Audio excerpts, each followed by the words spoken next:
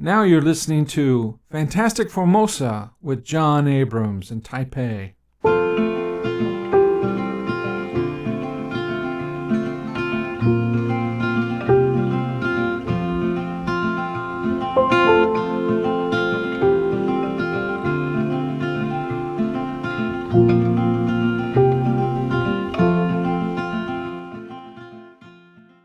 Welcome back to Fantastic Formosa. I am Joh Abrams. I'm your guest, host, and our guest today is a radio legend in shortwave.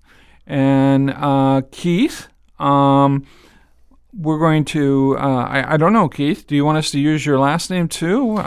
Use my last name, my full name, Keith Perron. I don't mind at all. We don't want to get angry emails. Well, Keith is a Those real are the legend. best kind. Anyway. Real legend within the community of shortwave.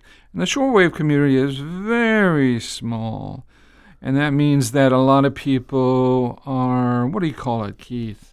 Well, you kind of have to put a little bit of context in that, because at one time, the world of international broadcasting, i.e. shortwave, before the internet, this was the only way to get news and information and music from other countries. You needed to have a shortwave receiver. Today, of course, it's one click and off you go. But back, prior to at least 1995, this was really the only way to get any type of news and information from any country in the world. So the shortwave audience, of course, today has changed dramatically. It has changed dramatically. Because of the internet destroying communications, even the radios in cars back in America have got internet. I wouldn't say destroyed. I would say more that, it's like everything. Radio in its heyday, let's say the 1920s and 30s, after the Second World War, audience started to migrate towards television, after the Second World War. Then, of course, it changed again with the introduction of video recorders at home. Well, cable. So it's just the audience is changing. The method of delivering programs has changed. But now saying that, there are still areas of the world where shortwave is still quite important. I can give you one example. The Eastern Pacific region, so east of Australia and New Zealand. Radio New Zealand International broadcast to that region on shortwave because their internet is appalling. There's many countries in Africa, even though mobile phones in Africa now are increasingly become popular, but there are still many regions outside, let's say if you go to Nairobi in Kenya, if you go outside of Nairobi, into the deepest part of the country, there is no mobile signal, so shortwave will still be used. Now, Elon Musk came up with an idea of using satellites to project internet connectivity, particularly in Ukraine. Is that the future? No, for two reasons. First of all, it's a lot more expensive. And one of the advantages with shortwave, especially in underdeveloped and developing countries, is that they are very economic to power. So there's many areas where I've visited listeners in the past where they had no electricity. They would charge their batteries in the daytime using solar energy. They would get enough power for maybe 2 or 3 days, or a hand crank type generator just to power the batteries. For satellite, the batteries drain super, super fast. I did have a few years ago on loan a satellite radio receiver that did have batteries. And after maybe 5 hours of listening, the batteries went flat. And batteries, especially if you go to underdeveloped and developing countries, are super, super expensive. Super expensive. These are what kind of batteries? Lithium? Just like regular AA or C-cell batteries. They're really expensive. Right. And you think that in some of these countries, the wage that people are making, they have to work for 1 month just to buy 4 batteries for their receiver. Yeah, I've seen the crank radios where you literally has a crank on the radio and you crank it up and it lasts for, 10 minutes maybe? Well, this is an interesting one. The guy who invented it was a British inventor. And he invented this crank radio back in the 1980s. I remember this. to provide. This is during when the AIDS crisis started, and it was to provide information to developing countries on the situation with HIV and AIDS. And he developed this radio where you can crank it once, and it was the spring would operate a tiny little generator in the battery for 1 hour. So you can listen and then do it again, like just 2 turns, and you get another 1 hour of play. Right. Of course, the technology since then has changed, where you can just crank it for 1 minute and you get 2 hours of play. It just charges a capacitor and then a battery. I see. So this is the thing. So the satellite equipment that is out there takes a lot more power. And the second thing is with satellite is satellites can be unreliable. You need to have a direct line of sight. Yeah, line of sight. If anyone doesn't understand what that means what? Well, line of sight meaning like if you have a small satellite dish, it has to be pointed directly at that satellite. Right. And the curvature of the Earth, you can't hit the satellite dish if there's a curvature of the Earth. Well, right? you can because the satellites turn with the Earth, but if you're inside a building or in a forest area, unless you take the satellite dish and put it on top of the trees, forget it. But if you're on the other side of the planet, you cannot connect, right? If the satellite is on the other side of the planet, then the line of sight No, because it's if for example, if you're as an example, if you're in Europe, right, one of the satellites is called Eutelsat. That covers all of Europe. Okay. The footprint does reach to part of the Middle East and part of Russia, but it's really that area. Same in Asia as well. Like the satellite will have a footprint of an area. Right. Yeah, that's the area that the satellite dish can cover. Yeah. Right. I see. And we call these footprints. So they can be quite large or small, depending on what? The altitude, the power of the satellite dish? It depends, for example, if it's a newer satellite compared to an older one. And it depends on the technology. Like some of the older satellites had a smaller footprint than a lot of the newer ones. So a newer satellite today can cover basically from, I don't remember the name of the satellite off the top of my head, but it basically covers from Madagascar all the way to Japan. Wow. Whereas a satellite from maybe 30 or 40 years ago could cover maybe Japan, the 2 Koreas, maybe a little bit of the PRC, maybe a little bit of Indonesia. So it's a much smaller area. I remember the day when we had surveillance satellites and they had to drop their photographic packages, which were caught by airplanes and reeled in. And that was the only way you could get spy satellites to photograph certain areas. And it was made into a great movie called Ice Station Zebra. Oh, yes. Yes, of course. Great film. Great film, yes. Well, I mean, another thing that people, and this of course is going back. This is really from the Cold War period. Right. But there was a time in the 50s, 60s, 70s, especially during the Vietnam War, where, for example, broadcasters, or even the Korean War, countries that were, let's say, involved in that effort, right? The Voice of America, for example, at that time, everybody would laugh because it was like the VOA at the time said, no, we don't do that, but everybody knew they did, and of course, everybody knows now that they did do it. Basically, they would really relay communiques for the military stationed in Vietnam that was picked up by Armed Forces Vietnam Network and then relayed again. But it was just going out in the open air. During the Second World War, the BBC Empire Service did the same for British troops that were in Europe. The Germans, whose media empire at the time was run by Joseph Goebbels, the Minister of Propaganda, they used to do the same for German troops and even the U-boats that were in the Pacific. They would broadcast messages on the regular German programs that everybody else could hear. But it was coded, right? Well, coded. I mean, it was the kind of thing that the Germans, what they would do is they would play a march. One of the things they used was that they played a march. Just to signal we're getting ready to give you a secret you a message. And then they would play another German folk song Okay. And the message actually was in the folk song. They would have the code books. They would look at the folk song and then decipher what the code was. But it was just a regular song. I mean, you could say Sounds like a movie, and it wasn't. It wasn't. The thing is, and this is where, I mean, people have said you shouldn't say that kind of thing, but I will say it, and it's true. You can say what you want about the Germans at that time, but in many aspects, I mean, Goebbels was he was an evil person, we know that.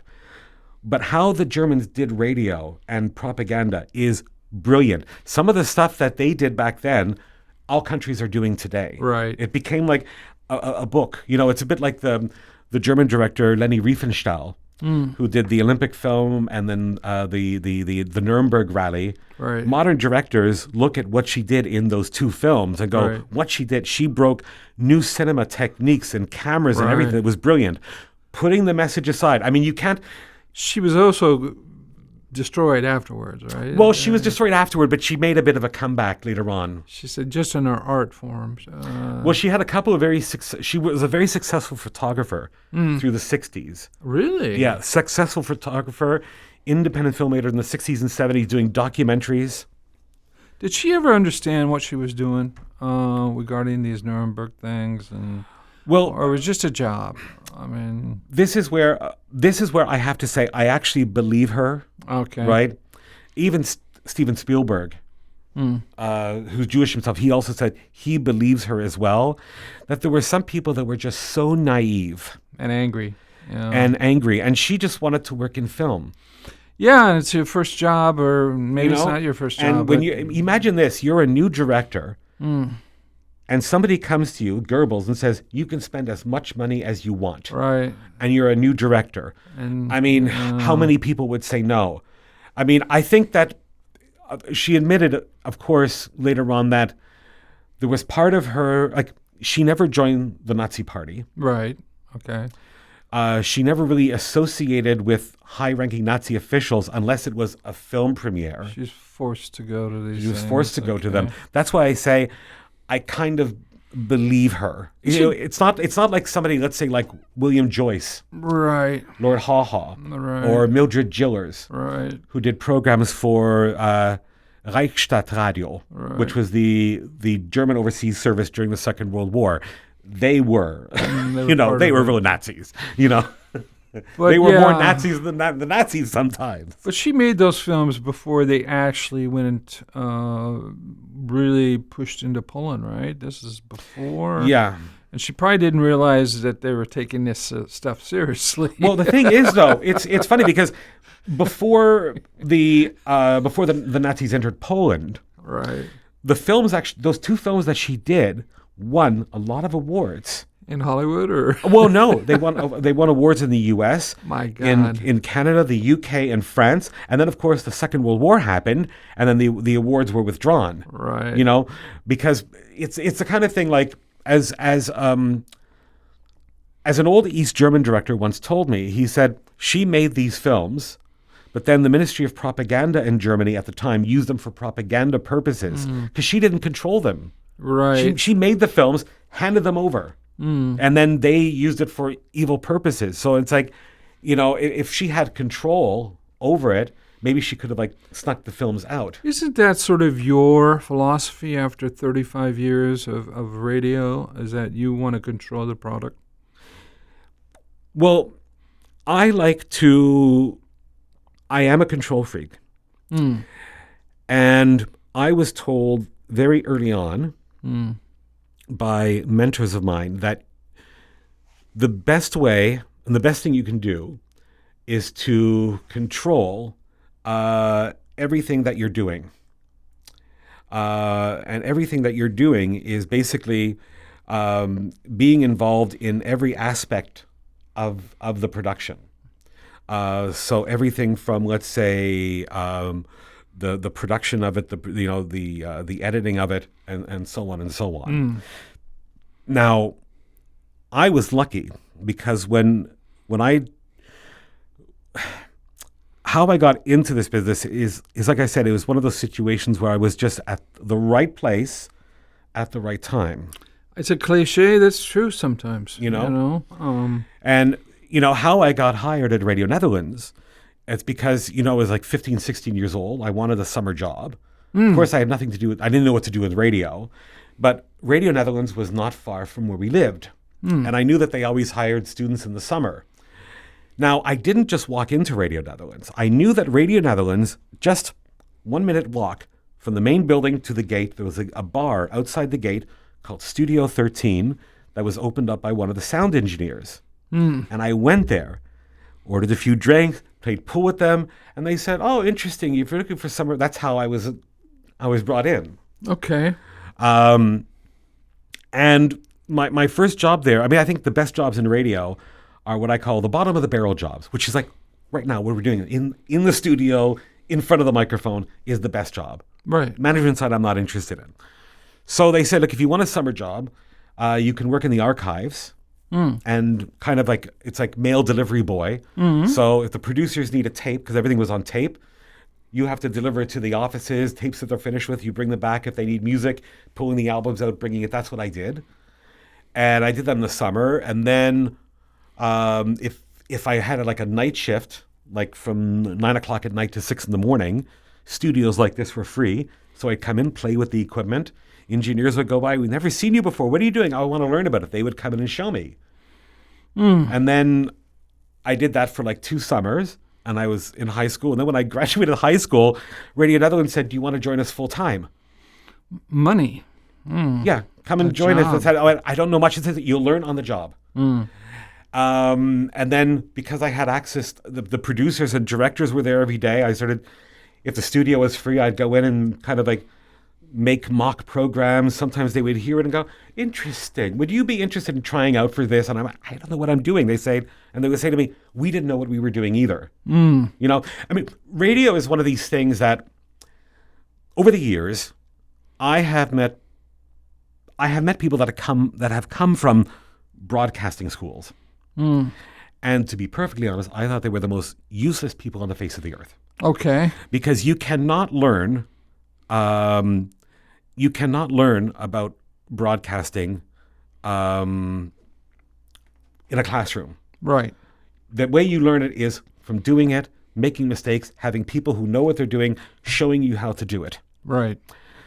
And it was just, then that led to working as a continuity announcer, which I was sitting in a booth smaller than this for hours at a time, doing the extra to transmissions, announcing frequencies, saying new frequencies are coming up for the next transmission to, let's say, eastern part of Africa, Central West, or East Asia, Southeast Asia, the Pacific, and so on and so on. And that was a lot of fun for me.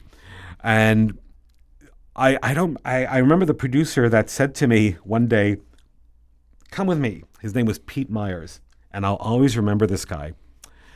Pete was a trip. Only way to describe him. And I learned so much from him. He was the best storyteller that I had ever met. And he was very good at, he thought I had talent. I thought I had no talent. But what sparked his interest, now, when you're doing continuity, your breaks are maybe 1 minute and then 2 minutes at the end of the transmissions. Okay. And sometimes, depending on how fast you would speak, maybe you had 10 more seconds or 20 more seconds. And I remember the exact words I said that had him say, "Come with me." And I thought I was in trouble. What I said was, of course, my voice was much higher then. And I just said, "If you wish to write us here at Radio Netherlands, our address is Radio Netherlands, P.O. Box 222, JG, that's J for Jim, G for Germ, Hilversum, Holland, if you like the program. And if you don't like the program, please write the BBC. We don't want to hear from you." And I would always say these little comments, and he heard it one day, and he said, Pete was, he was outrageous. And he said, "Come on, Donnie, you must come with me. You must come with me." And I was like, "Oh, God, I'm in trouble." And he said, "I like your style. You're very funny, very, very funny indeed." He was English, but grew up in Lebanon. Okay. And completely outrageous. And he was the one that said to me that he thinks that I should move out of continuity and maybe move into something else. More like not avant-garde style. Well, no, it was producing like the first jobs that I had were, you see, what I enjoyed, especially with most international broadcasters at the time, doesn't matter what country or which broadcaster, you kind of had to do everything. Right. You know, so one day, maybe you have your own program once a week or twice a week, but then one day they ask you to do a classical program for the transcription service, or somebody didn't show up. Can you read the sports program? Oh, somebody, can you do this? Can you do that? Can you do this? Can you do that? So Right. you were really, excuse me, always moving around, always trying different things. A real education. It was a real education. I mean, it's funny when I still have copies of a program that I did for the transcription service called Opus 1. Opus 1. Yeah. Now, Sounds the like a transcription science service fiction, were movie. programs that were produced, and they were put on records and open reel tape, and they were sent to foreign radio stations for rebroadcast on FM. And this program was called Opus 1, and it was about Dutch classical music. Okay. And the scripts were prepared, and then it was like, I would have to change personality completely, and I'd be like, the transcription service of Radio Netherlands presents Opus 1. Today, we feature the music of Dutch computer, and that was that kind of thing. You had to pretend to be somebody else. Yeah, pretend to be somebody else. Or if it was another one that was called again, Musicalmente Suyo. When they learned that I spoke Spanish, can you present a program in Spanish, which I did for, I think I did like 200 editions. They were only 15-minute programs, and they were sent on LP to Cuba, Mexico, Venezuela, Argentina. Now, we have to tell people what an LP is. It's just a record. A record, yeah. Before the disc, we had records, and many of you would not know what that was. Yeah. You know, but at the time, so Pete said he wanted me to do my own show. So we went to see the head of the English department, Harry Van Gelder, who was also a broadcaster himself. And he said to me, look, we have the 1-hour transmission to Europe on Saturdays. The host is leaving. He's going somewhere else. Could you come up with something? So this is how much, it was really funny. He said to me, what do you want to do? I described it to him. He didn't even ask for a pilot. He said, okay, I'll try you for 6 weeks. Okay. Just go on the air. Right. Yeah. On a Wednesday. I still didn't have an idea what I was doing. Right. But they assigned me a production assistant, Rosemary Neba, and we came up with an odd request show, playing the oddest songs ever, and putting listeners in touch with other listeners. The strangest songs ever. The strangest ones ever. And I'd say, if you make a request, it has to be unusual or we won't play it. You have to understand what Westerners are like, folks. We have joke songs in America and in Europe that only teenagers seem to like. Well, these were not just joke songs. I think the funniest one ever was somebody wrote in and they said, I dare you to play from the Beatles' White Album, number 9. Yeah, that's number 9 on the Beatles album has got to be the most, I'd say, the most confusing, ridiculous song ever. Right. I don't know long. why they even did it. I don't know what the point of it was. Well, it is, from a technical standpoint, it is really interesting. I have to say, it's really interesting. But they really stepped outside their boundaries, I thought, or at least they were experimenting. They were experimenting, and the thing is, that piece today has become a classic. Yeah, people, I hate to say it in America, would do drugs and listen to that song. Well, but I mean, unfortunately, the funny thing about it is, so I would play that, and I'd play it in full. And that's what? How long is that thing? 6 minutes and 20 seconds. That's long. Yeah. The best one was somebody said, "Can you play a track?" A composition. Well, actually, it was better. Do you remember the French mime artist, Marceau? Of course, and nobody else will, but Right. our age group will. He was a mime artist. He was on all the shows. Yeah. He recorded an album No. for Columbia Records. Terre Haute. Silent on both sides. But there must have been titles like, you know. There were titles, yeah. but there was nothing there, right? There was like an inlay that had like what he would be doing at certain points. How many of those did they sell? And somebody said, "Can you play something from the Marceau album?" So I actually played 3 minutes of silence. All you heard were the pops and cracks from the disc. Oh my God. Whatever happened to him? He just got old.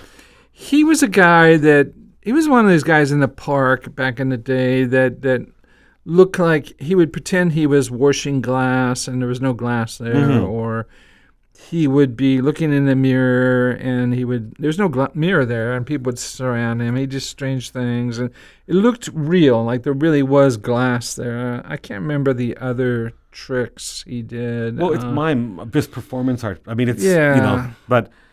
So, I mean, that was the kind of thing. Or, somebody said, "Can you play something from William Shatner?"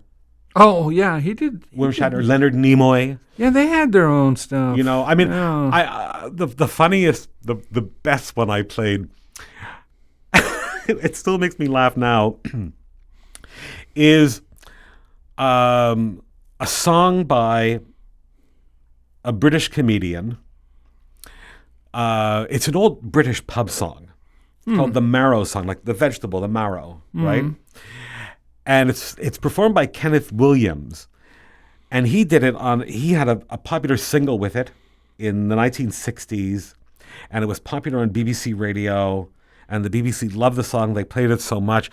There's nothing funny about the song, but the way he sings it, you think in your head there's a completely different meaning to it. And so when I did this over the 6 weeks, Harry Van Gelder, the head of English, like a lot of Dutch children born during the Second World War, a lot of them went to England. Some of them ended up staying, right? So he was raised essentially in England and then moved back to the Netherlands. And so he had a voice. This is Harry Van Gelder here, and yes, very, very funny. But he had a very bland sense of humor. And when he would laugh, he heard this show and he said to me, "Just out of curiosity, are you going to the bar and having a little bit too much of drink or something else?" What? He said, it's very, very funny, very, very funny, but you shouldn't be drinking at 8 o'clock in the morning. I said, "I'm not." He says, "Really?" And like I said, it was odd. Right. It was just very odd and very strange. But it was strange because that was only one show. But then during the week, I was doing other things where I had to be more serious. It was either helping documentary producers produce things. So like I said, it was the best training. I was able to try this one, try this one, try this one, try this one, try this one. Yeah. You don't see that a lot with the newer broadcasters. They want to be the talking head, the good-looking, Well, in radio... In radio, the big problem now is, like I said, they're learning it in schools, and they're learning one thing. And it's like, put it this way, there's certain fields that you honestly cannot learn in a classroom. Okay, if you want to become a doctor, a dentist, a surgeon, or pilot, or engineer, sure. But there's certain professions that you cannot learn in the classroom. There was so many funny things. I mean, even, I was telling you this week, like one of the reasons why I left radio. And I didn't realize this till recently that you'd left radio. Oh, yeah. You told me, and I couldn't believe it. It's like your love affair. Well, probably starting in the late 90s and early 2000s, what I was starting to see was a change. So everybody that I'd worked for, the people that were in management, right, they were broadcasters themselves. Right. Some of them maybe stopped to do management, but some of them would continue to broadcast, or if somebody went on holiday, they would still do it. So that's what they came from. And then all of a sudden, when they were retiring, because they were much older than me, they started to hire people that came from manager schools. who knew nothing about broadcasting. And this is where they started to interfere with the creative side. And I'm like, I can't, how can I take you, and I would say, like, honestly, how can I take you seriously? You've never done this. You've never come up with anything. You're a bean counter. I would be very direct with them. Ooh, as your boss. I don't care. Fire me then. I didn't care. I was very direct with them. And the thing is, they couldn't argue with me because they knew it, you know, and I had seniority over them. And if they did anything, my union would say, we're going to walk. So you had a union? Yeah. Okay. Yeah. But even if I didn't have a union, I would walk. I don't know if folks know what a union is, but it's usually a labor union surrounding one particular skill set. Like you might have a union for journalists, you might have a union for plumbers or carpenters or bricklayers or whatever, and they work as a group to make sure they all get paid a fair wage and they get health care and they're not abused. So, yeah, that's what a union is. Many countries have outlawed unions, of course, but in America they still have many. I assume that Europe is, yeah, I mean, most large broadcasters have a broadcast union. There's one usually for the engineers, for the on-air staff, and everything. So at Radio Netherlands, like I said, the management there who were broadcasters, right? They knew what it was like. They knew what it was like, you know, how much money you would have to spend on something to make it good, right? You know, but the managers who were trained managers who came in, they were interested, I found, in one thing: to get promoted to another management position to make a higher salary. Sadly, a lot of it, even the music industry now, is like that, you know. Right.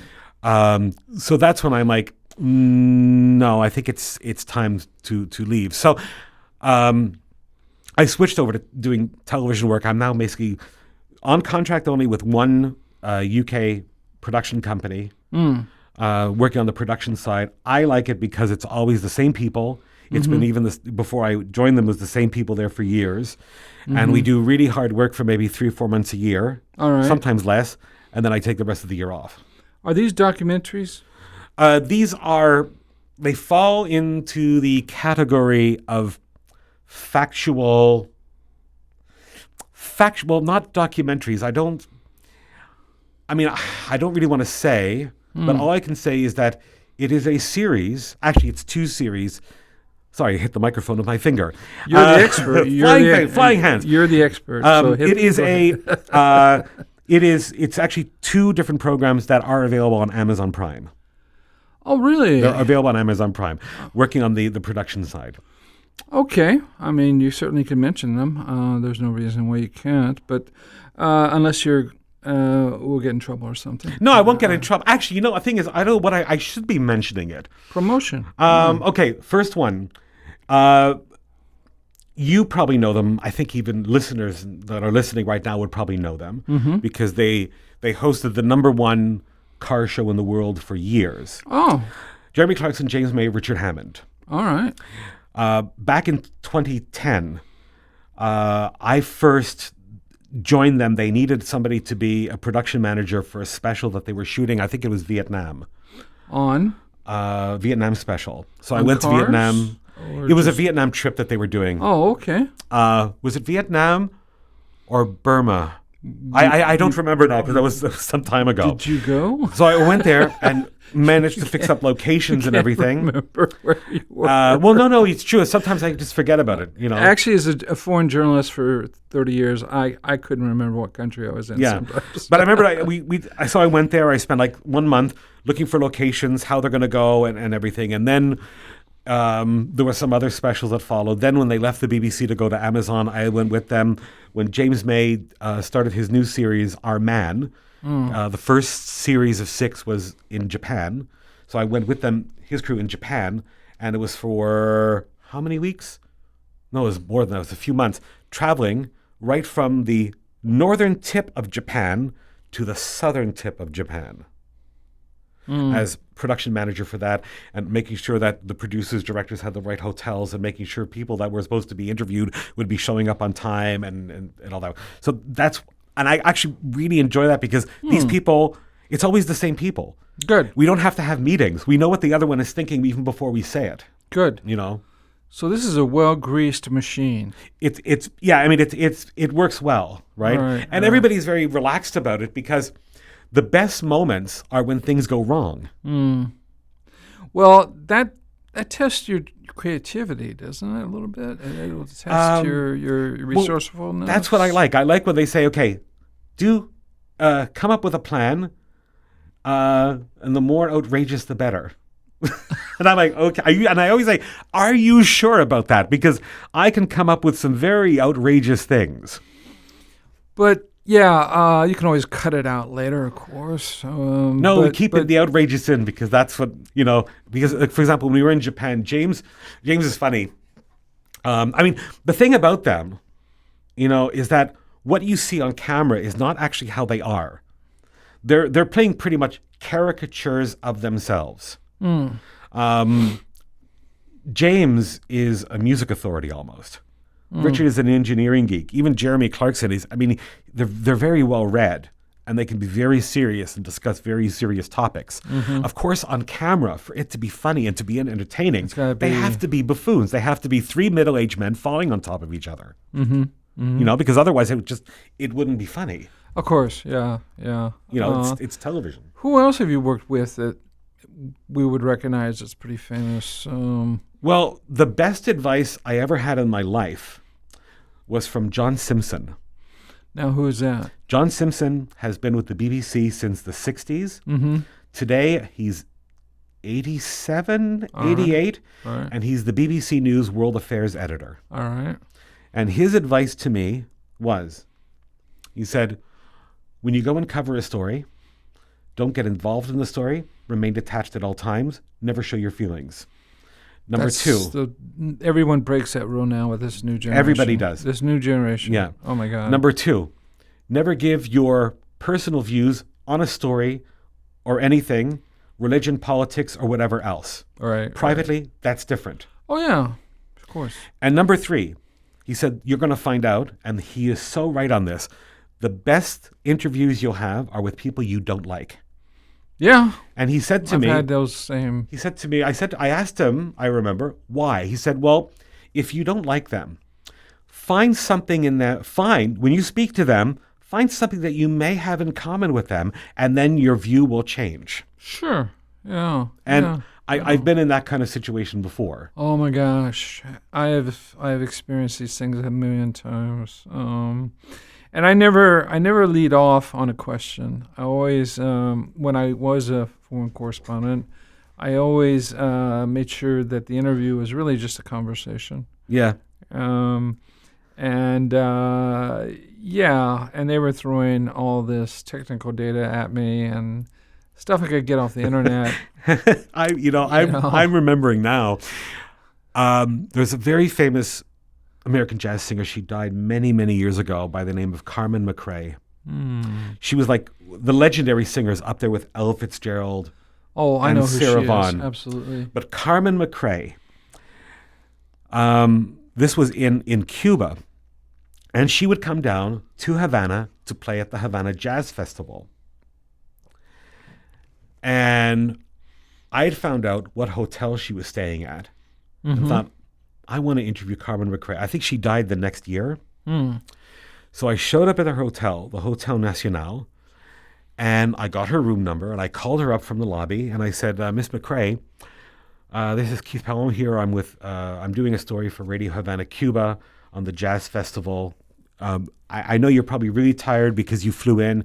Can we just do maybe like a 10 to 15 minute interview? And she went, all right, honey, you come up right now. And I went up to her room, and she was there with her manager. He opened the door. There was Carmen, the image I'll never forget. Carmen McRae sitting on the bed, bottle of Jack Daniels, next to the nightstand with a glass, bucket of ice. Oh, my God. And she said, honey, do you want a drink? That's a test. That's a test. The manager said, okay. And he gave me a drink. And she said, well, I don't have much time. I want to get some rest before tonight's show. Real Southern accent. Well, we had a couple of Jack Daniels. We did 2.5 hours.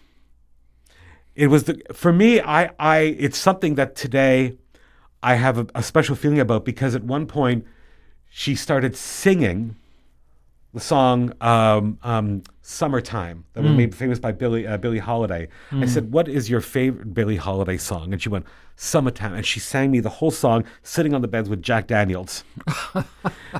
That night, the manager got me tickets to go see the show. Right. And I'm sitting there. This is at the Tropicana nightclub in Havana. Legendary place. She comes out, she's singing. And then she sees me. I'm sitting there with a couple of my colleagues from Radio Havana, Cuba. Because at the time I was in Cuba I was working for Radio Havana and also doing some work for Radio Netherlands at the same time.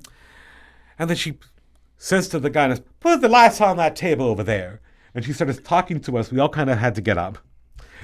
And before we knew it, all of a sudden, showing up at the table, there were 5 of us, 5 bottles, big bottles, of the 40-ounce bottles of Havana Club, 7 years old. Oh, no. Oh, my God. And food. Wonderful. And everything else, right? Yeah. And she said, "Honey, this is on you tonight. I had a great day." And, it was, it's amazing. Like, because I'd heard a lot of stories about her being a diva. What's a diva? A diva is somebody who's like,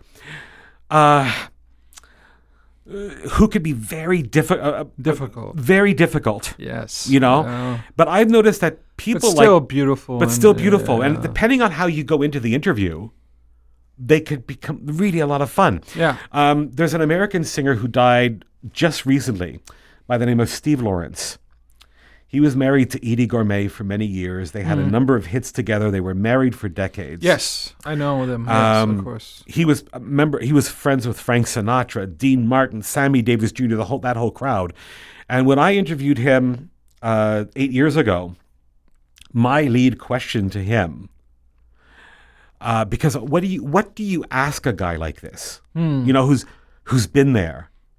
Who's seen all this stuff, right? And who's been asked these questions before? And asked these questions before.